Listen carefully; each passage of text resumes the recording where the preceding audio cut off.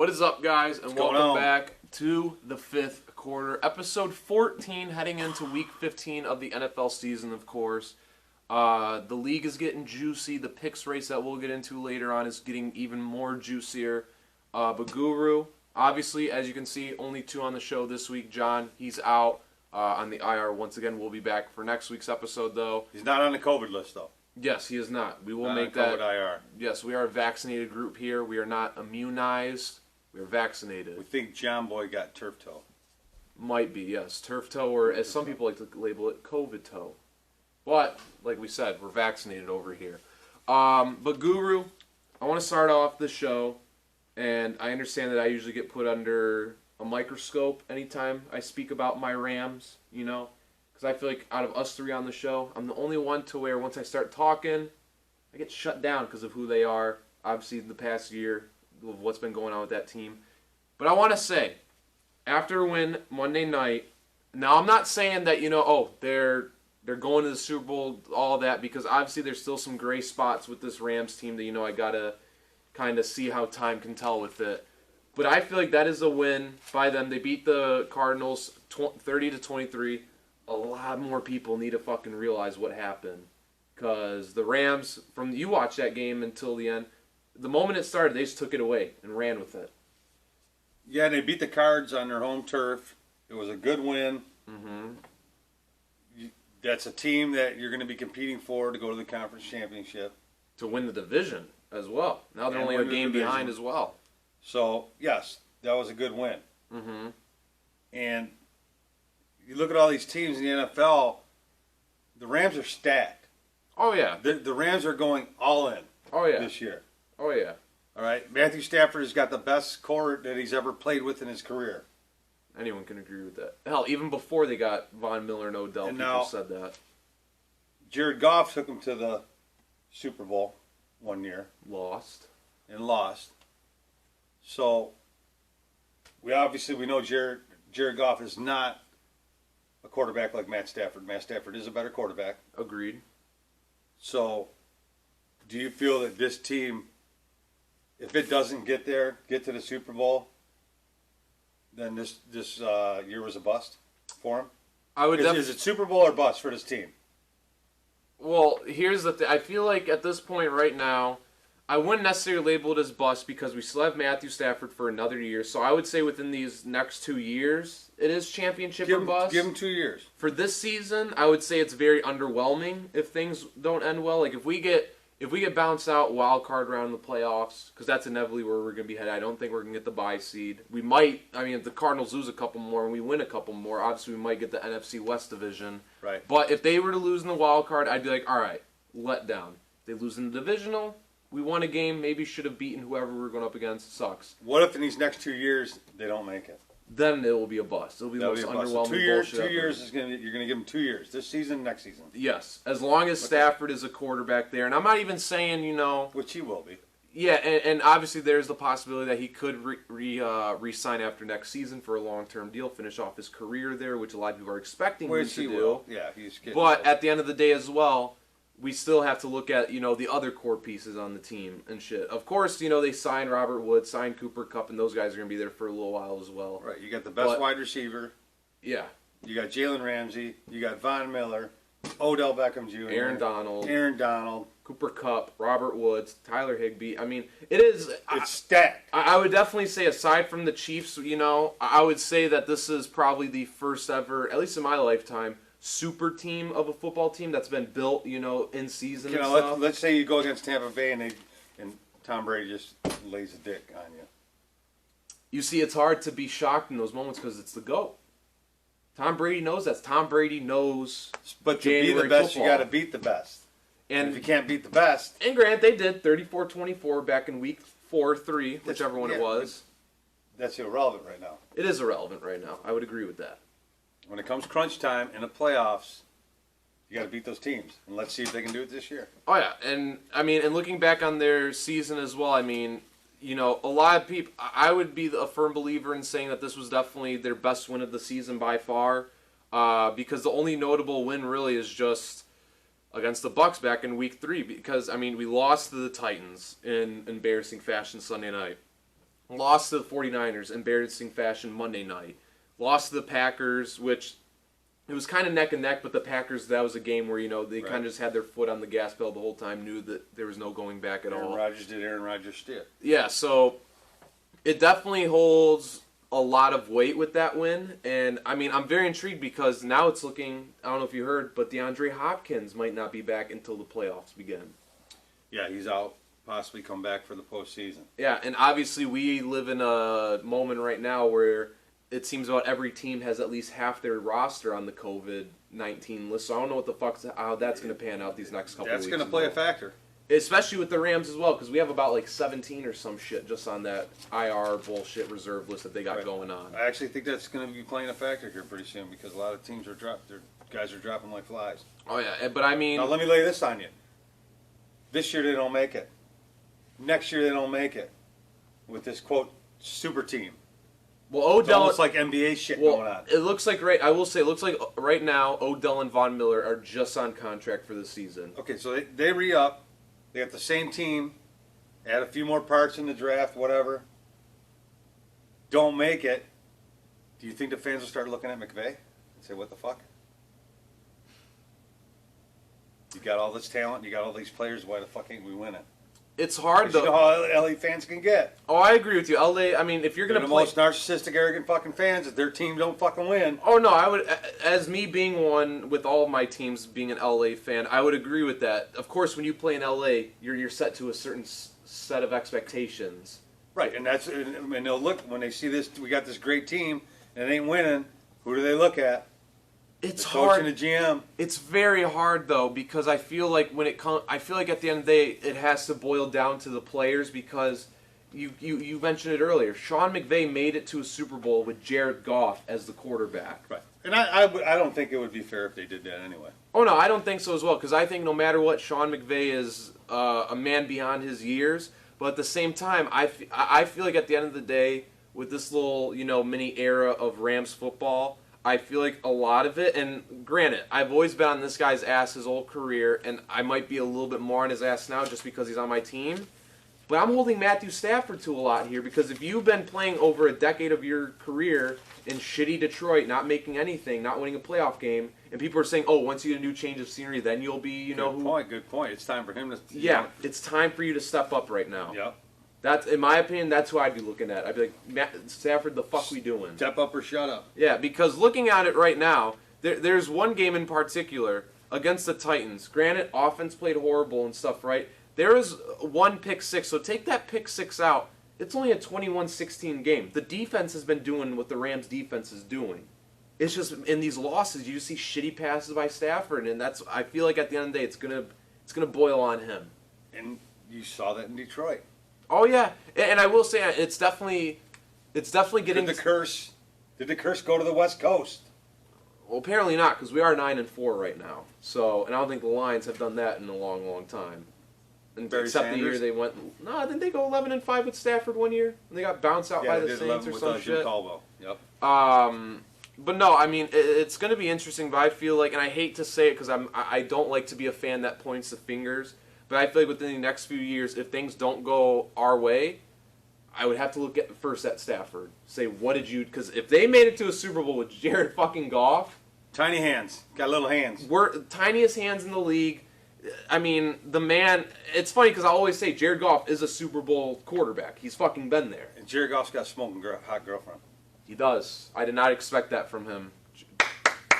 Kudos to you, Jared Goff. I did not expect you to pull like that, but you did that. But no, yeah, when it comes to the Rams, though, I just want to speak on it to start the show because, of course, the whole season, us three, and even myself included, have always been like, what is this team and stuff, but I feel like after this win, we have to look at it and be like, maybe the tides are changing now. But also, I will say, not only has Stafford not dealt with the high pressures of, championship or bust, but I think as well, Stafford has never had November games and December games where it matters. When was the last time that's happened, where he's been put on pressure for a game in December? And looking at It's been a long time. But now you look at Russell Wilson coming to town. Yeah, you got Wilson coming to town. If they lose that game.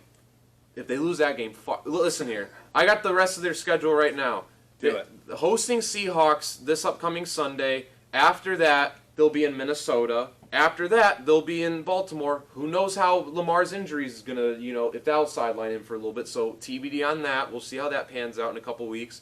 And then after that, going up against the Niners in SoFi. And obviously Niners fucking beat us 31-10 on Monday night a couple weeks back. So realistically, in my opinion, That's 4-0. it's 4-0. 4-0, at worst 3-1 we lose to the Ravens, which I would give them that, because Ravens, as weird as they are, I still consider them a pretty good team this year. Or 2-2, you lose to the Niners too. Niners are 7-6. They're a team that I'm not Niners gonna beat your ass. Yeah.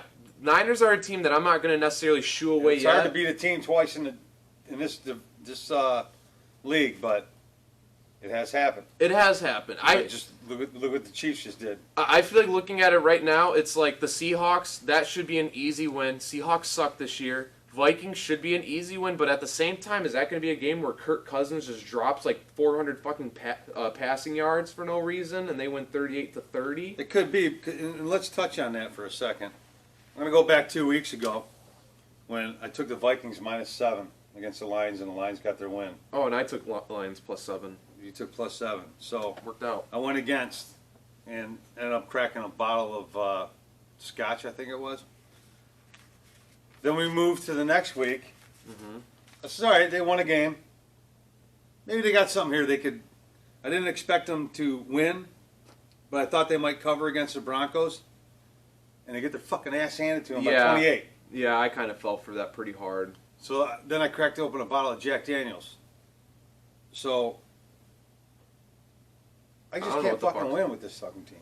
Well, I mean, They make me drink. I have to look back on it. I have to see what my record, what my winning percentage is of if I bet against the Lions or with the Lions. No matter what, I'm definitely below 500. I'm gonna sum that up and see where. Let's do that next week and see where we are. Oh, yeah, well, we'll get the stats going at, because I feel like any other team, it's kind of a toss-up, but with the Lions, you're like, why am I losing these right now? We'll look at it, and if, of course, they'll fuck you over every time, and maybe we'll have a shot or two ready just in case when you look at it and go, oh my god. Why not? But no, yeah, the Lions, that's weird. And I want to say this about the Vikings as well, too. First off, in the history of Kirk Cousins being in the league, no team has ever made it to the Super Bowl if they lost to Kirk Cousins. So Packers, looks like they're not going to the Super Bowl this year. But also, Kirk Cousins, and we all call him the con man on the show. You made that name. How the fuck do you beat the Packers this season, but you also lost to the Lions? What is the Vikings? That's what kind of season it's been. But that's how Kirk Cousins always is. I know. He can't. He makes no sense. He's wishy-washy. You win, you lose. You win, you lose. You win, you lose. And I mean, I know last episode we kind of touched base on the conference standings and stuff, and obviously it's a big cesspool of, who knows what's going to happen right now. Washington's only they're tied. There's that fucking fucked up division again. Yeah, conference, because their division, I mean, it's just Packers, and then at the end of the day, Bears and Lions. Well, I'm talking about with the Giants and Philadelphia too. Those three teams. Oh, the East and the East. Oh yeah. And they're always right there, neck and neck at this time. Oh of year. yeah. It makes me sick. sick. And you don't know who the fuck's going to beat who. And that brings up my question. After the Cowboys almost choked away last week, what are the Cowboys? Because early on in the season, we were saying they're contenders. It's that East Division. There's some kind of curse or something going on. It's weird. I don't like it. That's why I got myself out of it. Every year, that happens every year, you come down and you go, who's going to take this division? And it comes down to the last few games of the season.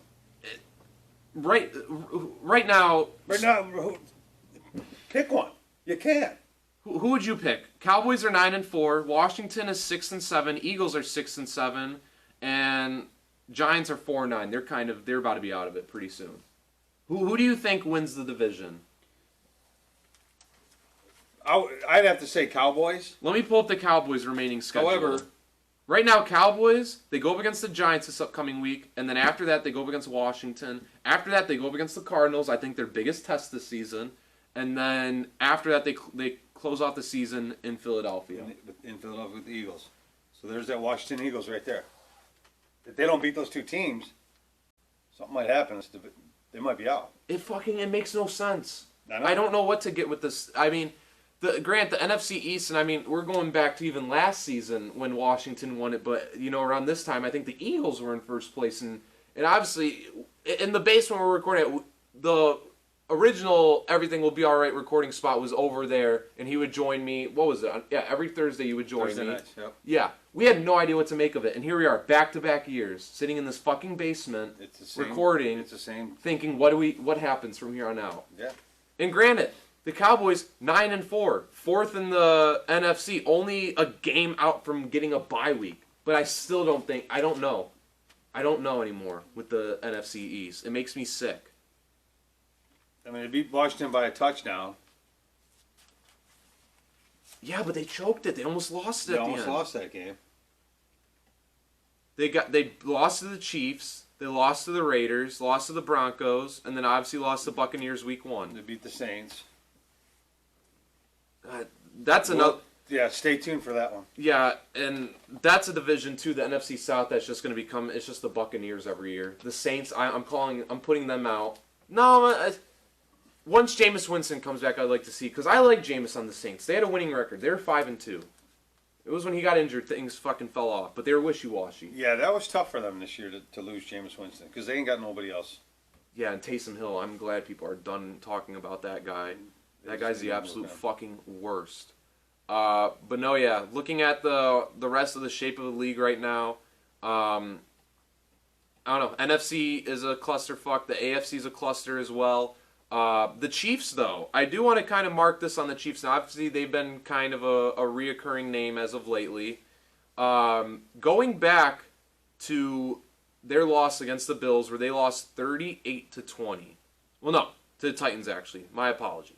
No, wait. Yeah, let me go to when they lost to the Titans. They lost 27-3 to the Titans. Ever since then, the most points they've given up is 17 in the game. And mind you, they've won ever since. They haven't lost. I think you'd have to look back and see how banged up their defense was because their defense is playing a lot better right now. Their defense is great right now. Great.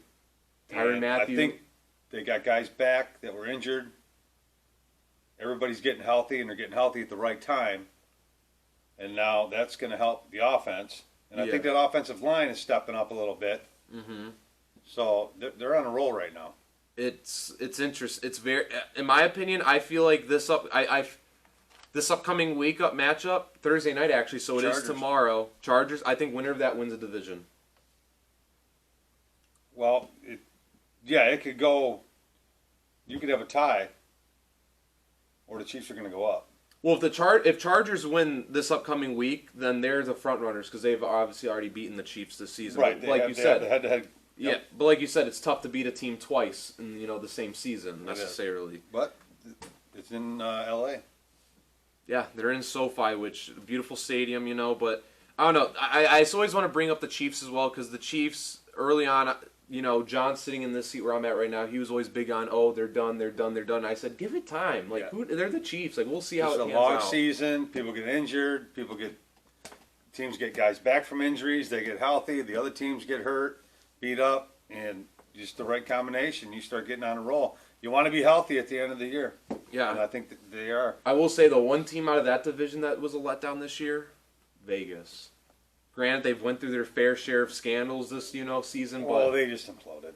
they fucking imploded big time. Ever since Johnny and then Henry Ruggs. Ruggs was the cherry on top at that point. Once that happened, they're like, you know what, fuck it, we're done.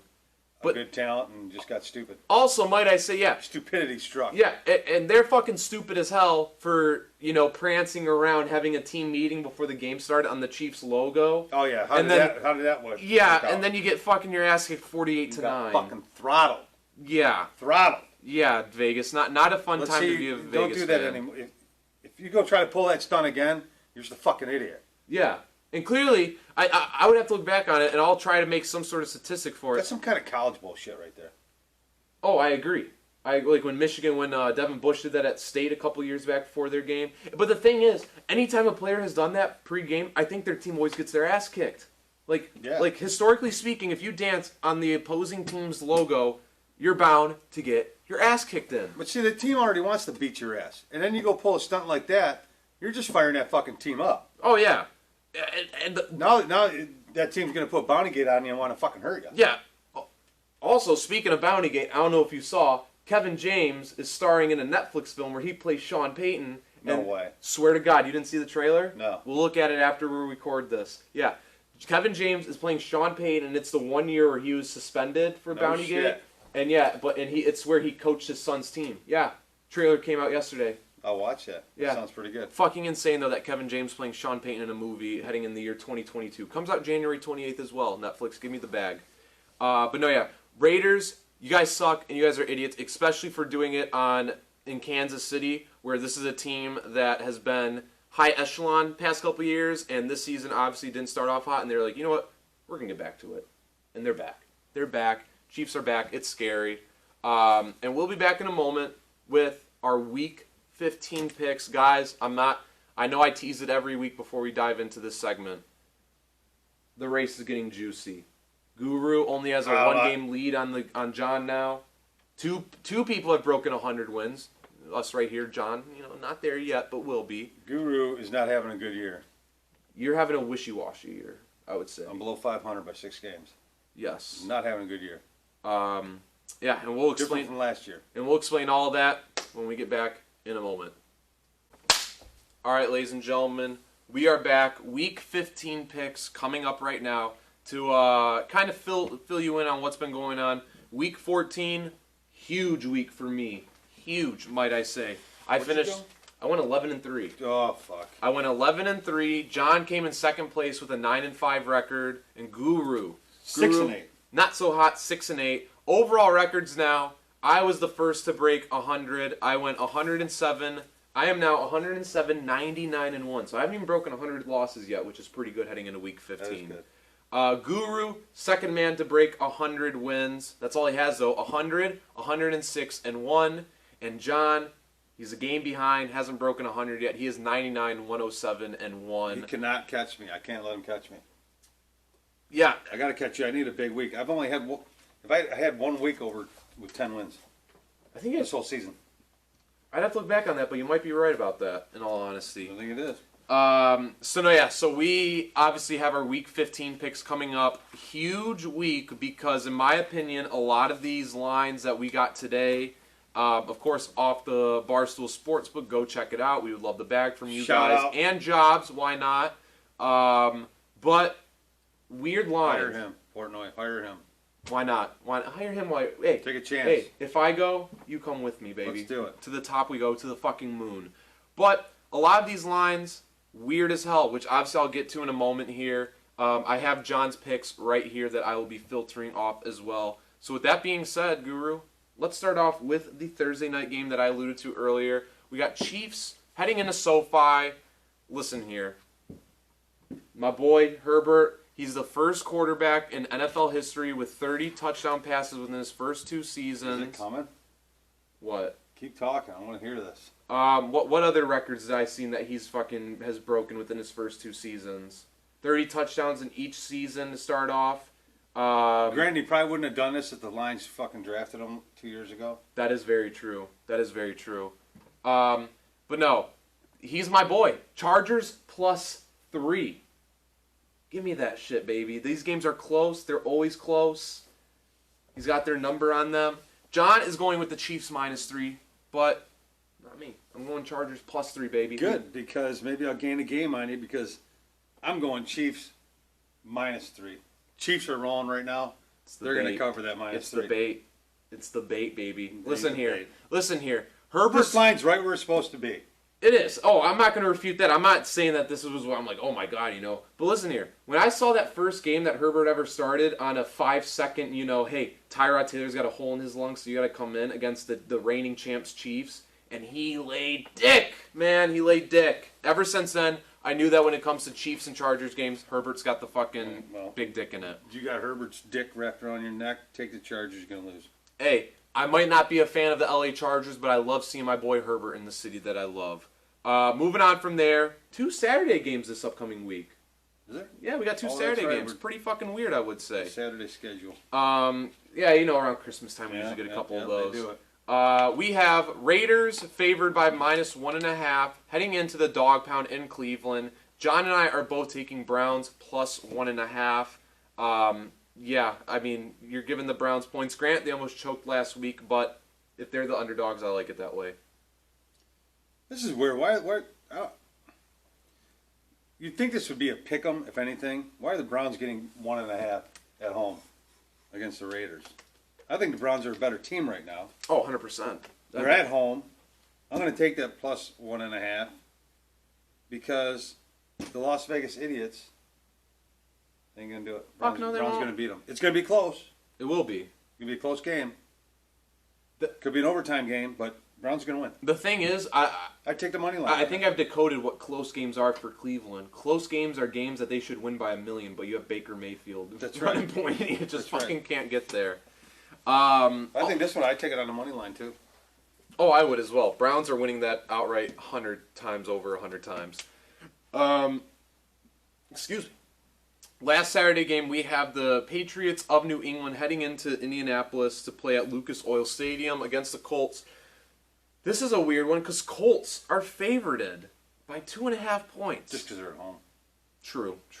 John and I, we're not taking the bait on that, though. We are going Pats plus 2.5. Pats are rolling. Pats are one of the best AFC teams right now. So And the why not? Pats are undefeated on the road, and they will remain undefeated on the road. I'm taking the Pats also. That's a smart move right there. I completely forgot about that they're undefeated on the road. Undefeated on the road. So after that, now let's dive into the Sunday slate of games here. That's a fucking winning team right there that's undefeated on the road. Because you got to, Patriots? remember we talked about, you got to win on the road. Oh yeah, if you can establish winning on the road, then you're good. You're solid. A team that I will say isn't so hot at home, but they are on the road this upcoming week. The Arizona Cardinals. They are heading to face this team right here, the Detroit Lions. They are favorited by 13 points, and I'm going with Cardinals minus 13. John and I are. I'm laying the fucking 13 too because fuck the Lions. I'll have that bottle ready. I will have that bottle ready because this is one of them stupid games. But the Lions never beat the Cardinals. They never do. You remember from like a weird 3-year stretch, it was always the first week one game, and the Lions got pounced on every year. They go down to Arizona and get their fucking ass handed to them. But there will be no biting of the kneecaps. Wait, didn't they tie that one year with Patricia as coach? Yeah, they did. They did tie. They did tie last. That was last year, I believe. Yeah, one of those two. It years, was last year, because that's when. They had to lead and they fucking blew it and ended up tying in fucking overtime or something. Yeah. So give me the Cardinals minus 13. There will not be any knee biting in this game. Fuck no. If anything's knees are going to get bit, it's going to be the Lions. Oh yeah, 100%. So moving on from there, we have the Panthers going into Buffalo, going against the Bills that are favorited by 10.5 points right here. Big line. This is a game that I don't have anything listed for it because, like I said, there are some that are just very weird to me this week, and granted, those are one of them because Bills not hot, not a hot team this year necessarily. Had a very good game last week against the Buccaneers, I would say though. I will give them that. They did. I guess a bounce back performance. But looking at it right now, Panthers. I hate to say it. I've been reading a lot lately that Panthers are slowly going into the classification of the Jaguars with dysfunction. I guess the head coach, offensive coordinator. You know, Yeah, a lot of people. There's going to be saying some fucking changes shit. Oh this yeah. year. Oh yeah. So with that being said, I'm After going the with season. Bills minus 10.5. I like that. John's going with that as well. Seems like an easy pick. I got the Bills as well, minus 10.5. I'll lay them points. A lot of points, but I'll lay it. Afterwards, we have an NFC East matchup. So one of the most dysfunctional matchups. We have the Cowboys favored by 10.5 points heading into New Jersey to play against the Giants. Now listen here. The Giants, I feel like have had plus 10.5 a lot this season. Granted, majority of them have hit, and it's hard for me with this because this is a game where I can see the Cowboys absolutely dropping dick. I'm pretty sure Mike Glennon is still the Giants quarterback, so it's hard for me to pick Mike Glennon. It's hard. I agree. I don't have it. John has Giants plus 10.5. What do you have? I just want to see what you have. I got Cowboys minus 10.5. I'm going to lay them because I bet I've taken the Giants and they've covered. I've taken those points, and then what was it last week or 2 weeks ago? I think I took the points and they fucked me. It was against Last the Rams, week I took the wasn't it? 10.5. Oh yeah, against Chargers. Against the Chargers, and Chargers covered 16 right there. So I've won and I've lost with the Giants, but this week, fuck it, I'm not taking the bait. I'm going to lay it. You know what? I'm going to go with you. Granted, I've never taken the bait with the Giants, but I'm going Cowboys minus 10.5 here. It's hard, though, because after the Cowboys' wishy-washy performances, but at the end of the day, too, like I said, when Mike Glennon is the opposing team's quarterback, you cannot lose. Yeah, You cannot. they should throttle them this game. At least cover this touchdowns. We have Toilet Bowl, what version of this season? 4.0. We've had a couple. Texans going up against Jaguars. Jaguars are, I think, the first They're time. both like 2-11, right? Yes, and both mathematically eliminated from the playoffs, so they have nothing playing for this week. Urban Meyer, if you saw his handshake with Mike Vrabel last week, you can tell that he is checked out. He is done. Did you hear what story came out? No. Ex-kicker for the Jaguars, Josh Lambo, came out and said that back in August, I guess he missed a kick in practice, and Urban Meyer kicked him in the leg. So the stories are coming out to get Urban out of there. Urban to Notre Dame confirmed. I'm confirming it. I'm your early source on that. It will happen. Yeah, I think it's the first time they've been favored all year. Notre Dame? I think he's going Notre Dame. It's the only job that makes sense for him right now. It does. Probably the only one they would think about taking. 2 dysfunctional teams, 2 shit teams. Yeah. 2 bottom feeders. It's fucking hard. Flip a fucking coin. John has Jags minus 3.5. Who do you got? I'm taking Texans. It's 2 shit teams. I might as well take the fucking points, even if it comes down to a field goal. Yeah, I agree with you. I'm doing that. I gotta take the points on that. It's because at the same time as well, I think the Jaguars have the most games this season with a donut on the scoreboard. Plus, Texans at least put a field goal up. Didn't the Texans beat the Titans? They did. Yes. That's another reason why I'm taking them. Smart move there. I like that. After that, we have an AFC East matchup.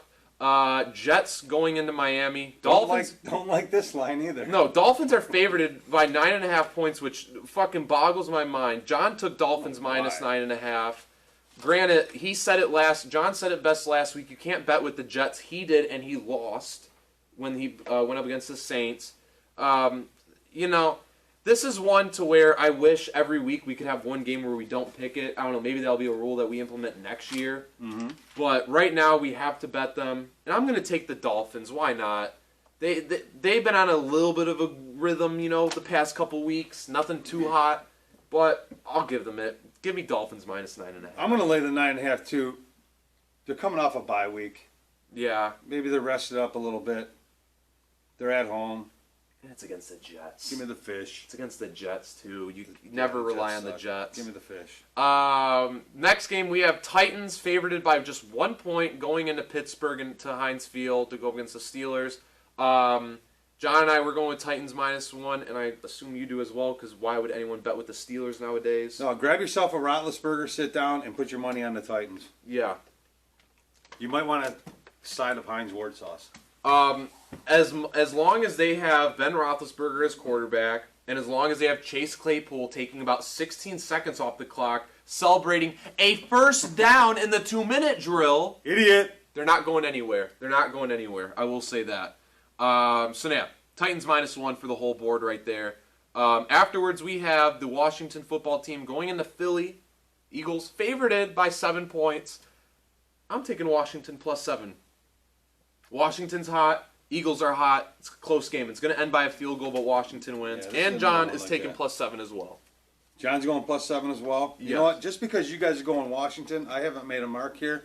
I'm going to take the fucking Eagles, and maybe I can gain a game on you. Honestly, smart strategy there. I like that. They're at home. I'm at 100, 106. The thing is, looking at it, I only took it just because the line's long, but this is definitely a game where I wouldn't doubt if the Eagles covered somehow. Where if Hurts just has a good game, everyone's all clicking, on all ends. Yeah, I'd like to see it closer than, I think 7's a little bit much for this game, but... Too many lines. Hell, another line that we're about to get on that I think was a little bit too steep. We got the Falcons heading into San Fran to go against the 49ers, and the Niners are favored by 9.5. I don't understand this week with these big-ass spreads. There's almost 1, 2, 3... How many of them? 5. There's like 6 besides the 2 9.5s. That makes it 6 lines that are almost 10. Double-digit. I don't understand, especially this late in the year too. 9.5s. Hell, wasn't last week where they were all close spreads and we were worried about that being like, oh, this is way too close. Now they're too big. I know. Makes no sense. But Niners, you guys are a good team in my opinion. If the playoffs were to start right now, you would be in it, and I think you're the undercard, like the team to watch out for. You are the wild card team of the wild card in my opinion. But Falcons, anytime they're underdogs, they've helped me out. So I'm going Falcons plus 9.5, and John is going 49ers minus 9.5.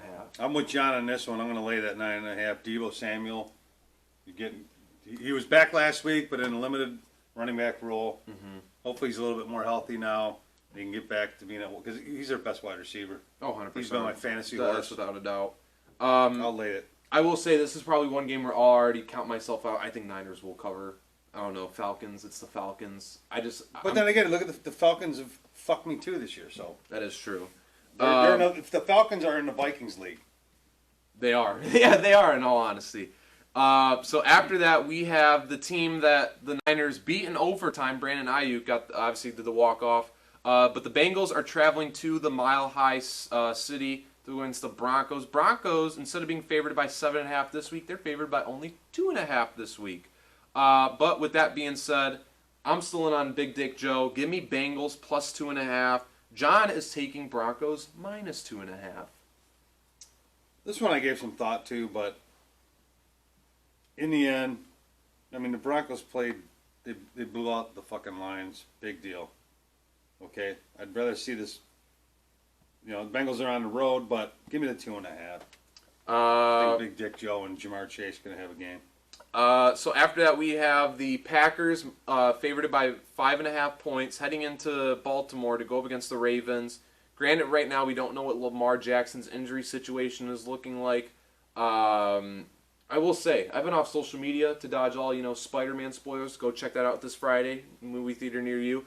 So I don't really know what the injury report's looking like. I don't have those Adam Schefter tweets coming in right now. So I'm at a fucking loss right now. Well, see, a lot of this stuff, we don't get a lot of time to prepare and look at the injury reports a lot, look at the COVID reports, and really break this stuff down. Oh, yeah. Like, Vegas, it's a full-time job. They can break it down. They got the analytics, all that stuff. However, give me a healthy Lamar Jackson, and I'm still going to bet against them. Give me the fucking Packers. Fuck you, Lamar. You had me scared for a minute. The Ravens fuck me every time. I don't give a shit. Because John and I, we are both taking Packers minus 5.5 as well. This is actually John's moral lock. So his moral lock, which is a pretty interesting one. But no, yeah, I mean... I'll start because maybe I'll do a parlay this week. You had me kind of worried there for a minute when you said, give me a healthy Lamar. I thought, is he going to fucking take the Ravens over the Packers right now? That's stupid. So yeah, Packers minus 5.5 across the board right there. But I hope it's like a low-scoring game because I'm playing against Johnny in fantasy, and he's got that. Yes, he does have that duo. Punch. It is a deadly duo. Scares the fuck out of me.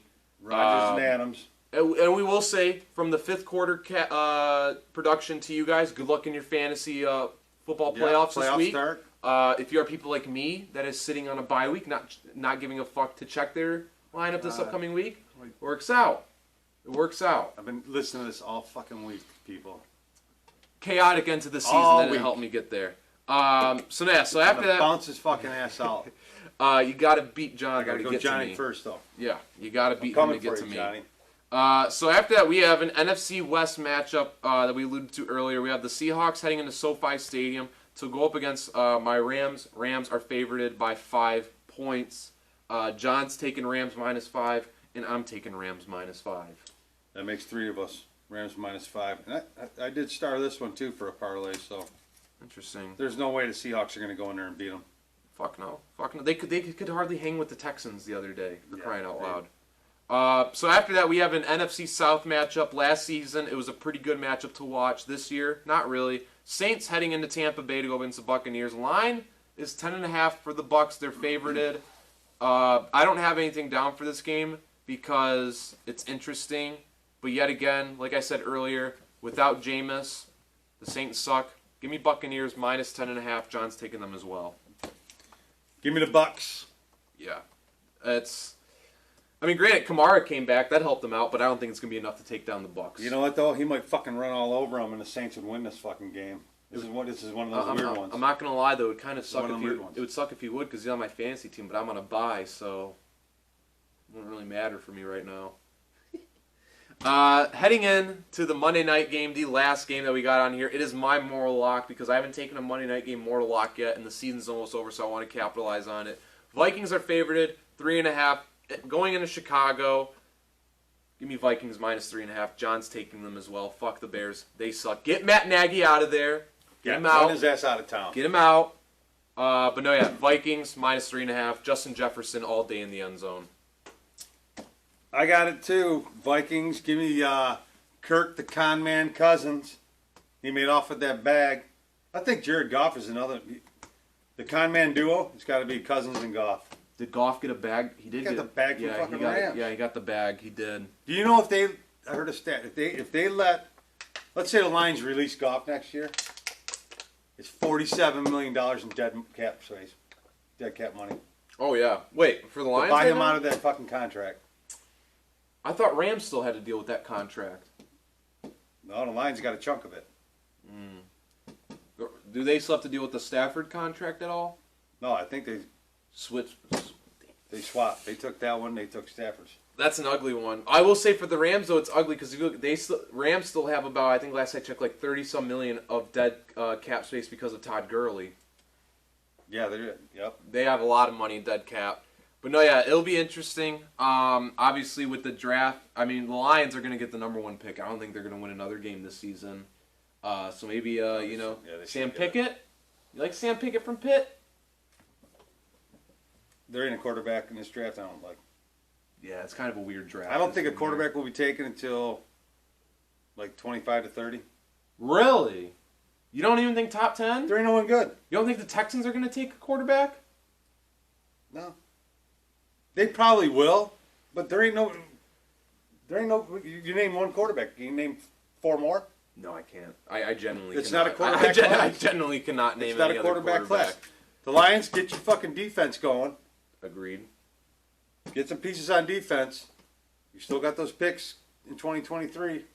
Then go for your quarterback. The Rams also. I mean, the Lions also have 2 first-round picks. They'll obviously have their first overall They got the pick, Rams and then pick. they'll have the Rams pick, which will be That's a right. 20th pick. And hey, if you look at it historically, a lot of nice players have been taken out of those 20th draft picks. Right, or but whatever. I don't think there's no top 10 quarterbacks in this draft. No way. It's Not funny you top say that 20. because I've thought that, and I've heard a lot of people hype up the quarterback. I'm like, this isn't really. They do it every year. It's not a quarterback draft. It's remember the year where Geno Smith was the first quarterback taken, but it was in like the second round, like towards the end, really. And now he's in the where are you now file.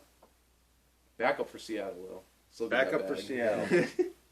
Hey, Still if you, getting bagged. in my opinion, if you can maintain backup status in the NFL for more than 3 years, you did your job right. Oh, yeah. You did your. I mean, who's the fucking? Isn't it Chase Daniels? The Lions are still giving him like $30 million somehow. The Lions just have the dumbest fucking contracts. Overpaid fucking players. Detroit sports in general do. I'm surprised why. It's probably because they fucking lose all the time, but why ain't more guys coming to Detroit just for the money? They're gonna pay you.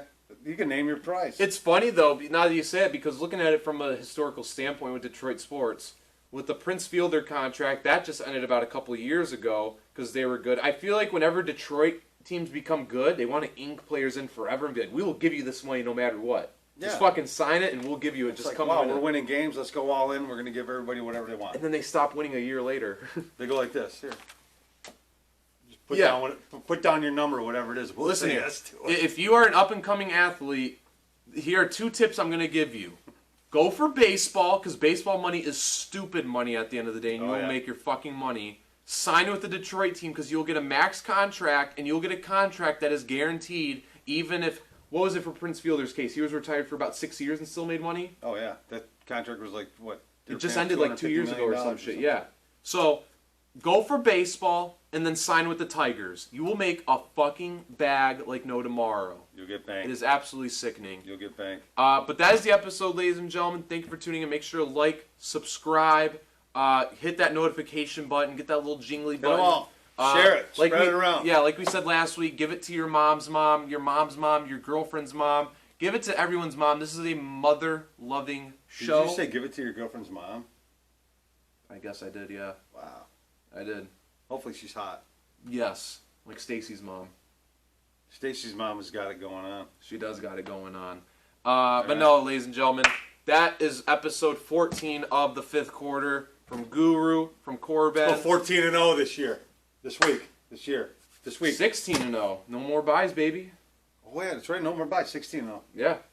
Hey, there's is it. 4 weeks left, and then we'll become time playoffs. Don't get me wrong. Once the playoffs start, we will have a lot of fresh ideas to bring you guys. So, yeah. So, tune in, and we'll see you guys next week. Peace. Not the actress, but Drew Barrymore, you're going down. You know Only a few will know that. You know who you are. Only a few will understand this. You sit right over there. Only You a know few who you will are. understand that. I'm coming for you. Because Jonathan Taylor's back. He is back, but at the same time, that duo is still deadly. Fuck the duo. But with that being said, peace. Love you all. Good night. See ya.